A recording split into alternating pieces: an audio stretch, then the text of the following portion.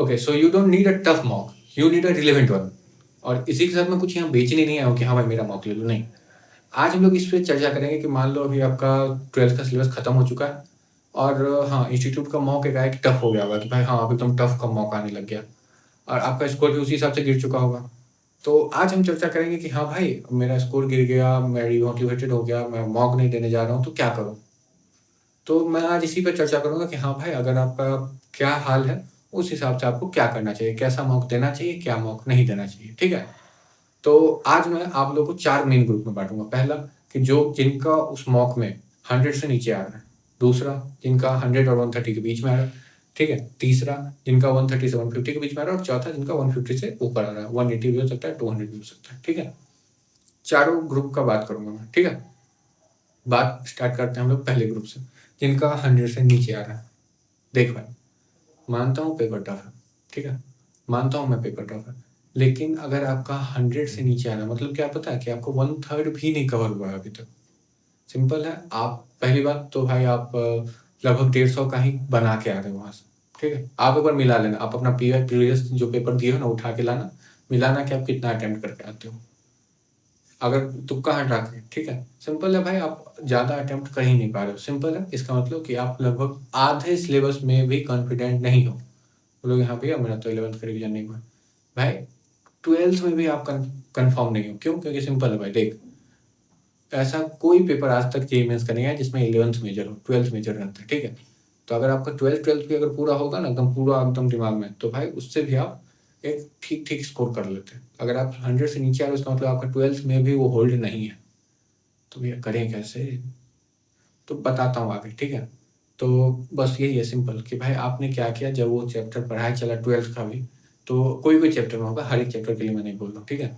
किसी-किसी सब्जेक्ट का कोई-कोई चैप्टर ऐसा होगा जिसमें आप या तो आप समझ नहीं पाए उस टाइम, आपका अटेंशन स्पैन वहाँ नहीं था क्लास में, या आप नोट नहीं बना पाए या उसका क्वेश्चन नहीं कर पाए, ऐसा होता है। तो अगर ऐसा है, अब होता है तो है भी, अगर आपका ऐसा है, तो कैसे इसको ठीक करें? आगे चर्चा करता हूँ मैं, ठीक है? पहले आता है कि भाई हाँ, पहला तो ये कारण था कि आपका हाफ ऑफ द सिलेबस पे भी आप कॉन्फिडेंट नहीं हो। दूसरा कि मेबी आप किसी एक सब्जेक्ट को, यानी ऑर्गेनिक, इनऑर्गेनिक, फिजिकल या मैथ, जनरली फिजिक्स सबका अच्छा होता है, ठीक है? ये नहीं कि बस आपका अच्छा, सबका अच्छा होता है। इसका अंतर आपको दिखेगा जब आप मेंस दोगे ना, तो जब फिजिक्स का क्या हाल होता है पता है? जब 90 से एबव नंबर रहेगा ना, तब जाके फिजिक्स में 99 बनता है परसेंटाइल। तो फिजिक्स में ना परसेंटाइल बहुत ऊपर नीचे होता है। क्यों? क्योंकि भाई सबको आता है फिजिक्स।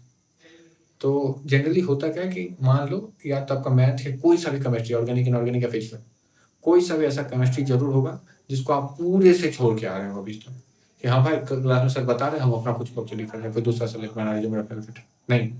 अगर आप ये कर चुके हो, तभी आप 100 के नीचे हो, ठीक है? दूसरा, तीसरा आता है कि भाई हाँ, आप 11th का या तो रिवीजन स्टार्ट नहीं किए हो, या उस लेवल पे स्टार्ट नहीं किए हो, उसी के लिए आप 100 के नीचे हो।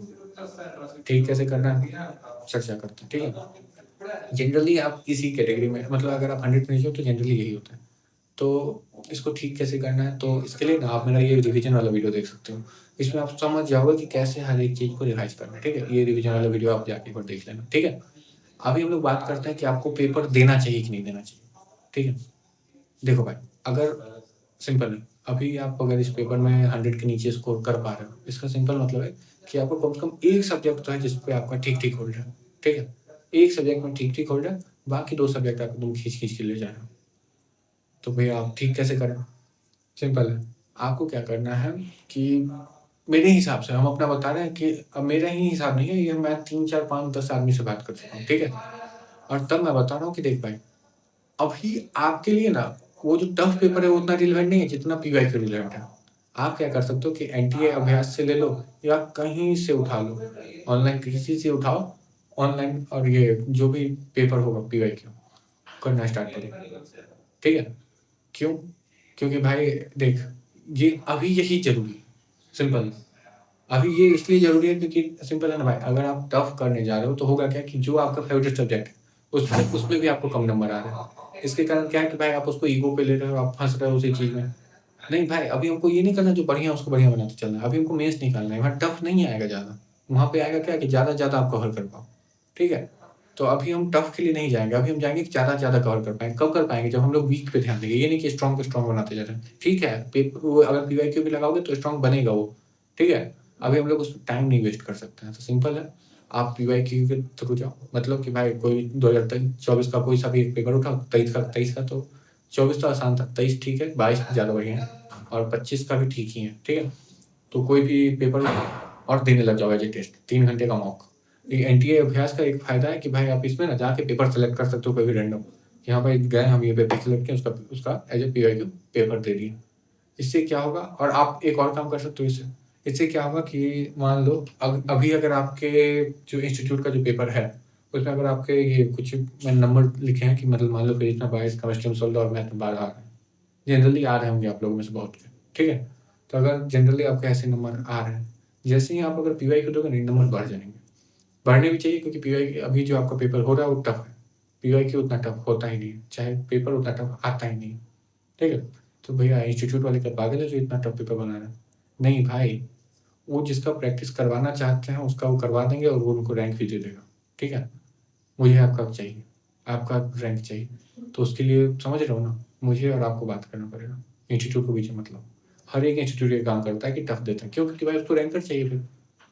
उसको पता है कि भाई हाँ, मेरे ये बच्चे हैं जिनको अच्छा हो चुका है, अब इनको टफ पेपर देते हैं ताकि अच्छा से और अच्छा कर ले। आई होप ये क्लियर हो गया, ठीक है? तो अभी हम लोग इस पे बात करते हैं कि मान लो अभी आपके अगर मैथ में फिजिक्स में 22, 16 या 12 आ रहा है, जैसे ही आप पीवाईक्यू दोगे उसको बढ़ के 54, 35 या 20 हो जाएँगे, बढ़ेंगे ज़रूर। तो आप 100 के पार चले जाओगे। तो इससे क्या होगा, पहली बात तो आपको ये पता चलेगा कौन-सा सब्जेक्ट मेरा ठीक है, कौन-सा पे काम करना है, कौन से बहुत ज़्यादा काम करना है, ठीक है? एक बार अगर ये पता चल गया तो फिर आप उस पे काम करो ना, और हाँ, जो ठीक है उस पे पीवाईक्यू बस लगाते रहो। आई होप ये क्लियर हो गया होगा, ठीक है? और हाँ, अगर आपको लगता है कि हाँ भाई टफ पेपर भी देना चाहिए, तो आप ऐसा कर सकते हैं कि वीक में 1 बार या मतलब अभी क्या होता होगा, हर 1 वीक पेपर होता होगा जब आपका 12th खत्म हो गया होगा, मतलब अगर सिलेबस, तो आपका हर 1 वीक पेपर होता होगा। तो उसकी जगह आप क्या कर सकते हो कि 1-2 वीक नहीं गए, अगले वीक जाके दे आएँ। समझ रहे हो? मतलब 1-2 वीक छोड़ के फिर उसके वीक जाके दें।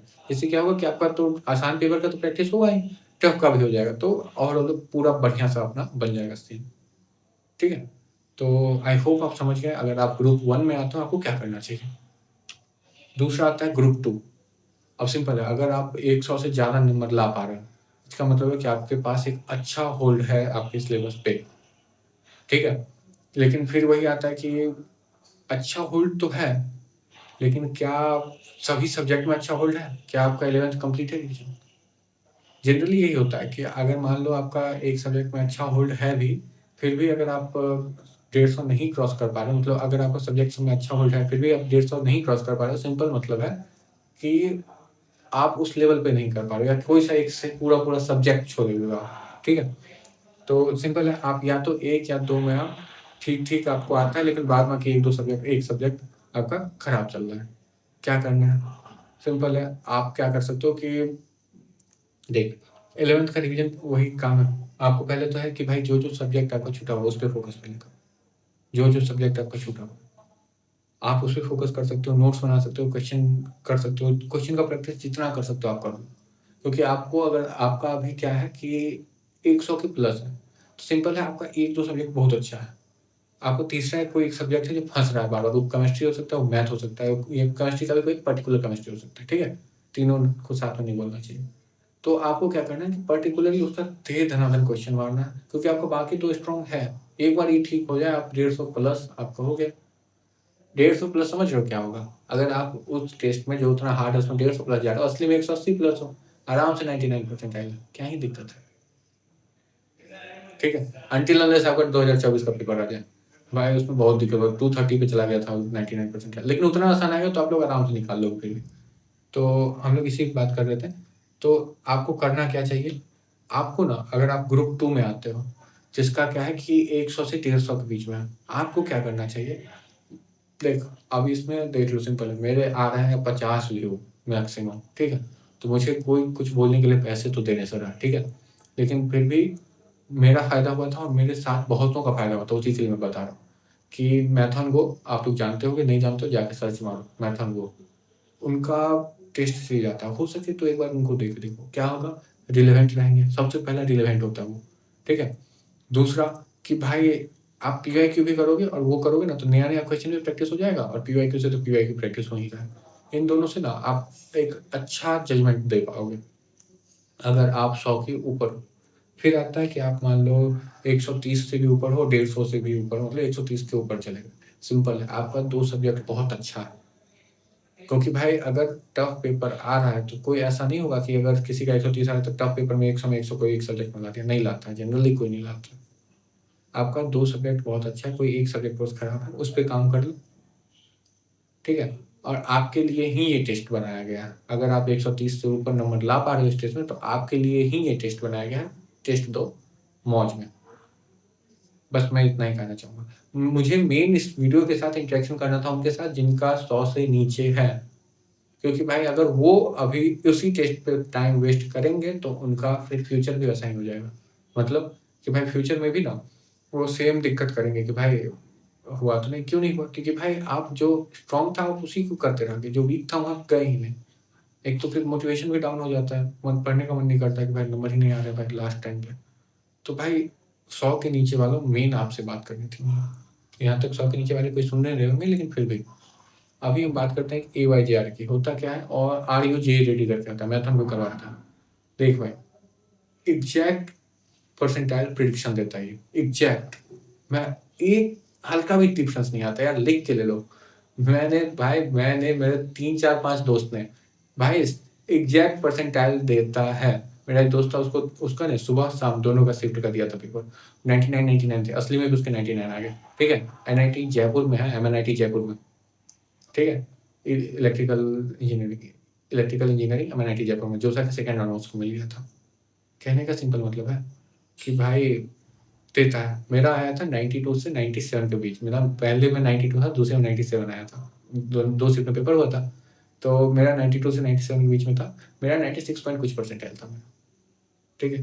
तो सिंपल है कि भाई होता है। तो प्लीज़ AYJR ज़रूर देना। 17-18 हज़ार 20,000 लोग एक साथ देते हैं। ये जनवरी के आसपास होगा ये पेपर। सबको देना है, फ्री का है दोनों पेपर, कोई पैसे नहीं लगते हैं इस पेपर पे। मैथन वो को आप लोग जाके अभी से देखना स्टार्ट करो, समझ जाओगे। और बस मैं इतना ही बोलना चाहूँगा, thank you for all. Okay, अगर आप लोग यहाँ तक देखे हो, इसका सिंपल मतलब है कि भाई मैं भी आपका टाइम वेस्ट नहीं करना चाहता और खुद का भी टाइम नहीं वेस्ट करना चाहता हूँ। तो क्यों ना कुछ प्रोडक्टिव करा जाए, ठीक है? अभी ज़्यादा कुछ नहीं बोलूँगा, बस ये बोलूँगा कि हाँ, पढ़ाई करो, मेंस आ चुका है। और हाँ, अगर आपको लगता है कि कैसे रिविज़न करें, क्या कुछ ज़्यादा डाउट, तो स्टडी हैक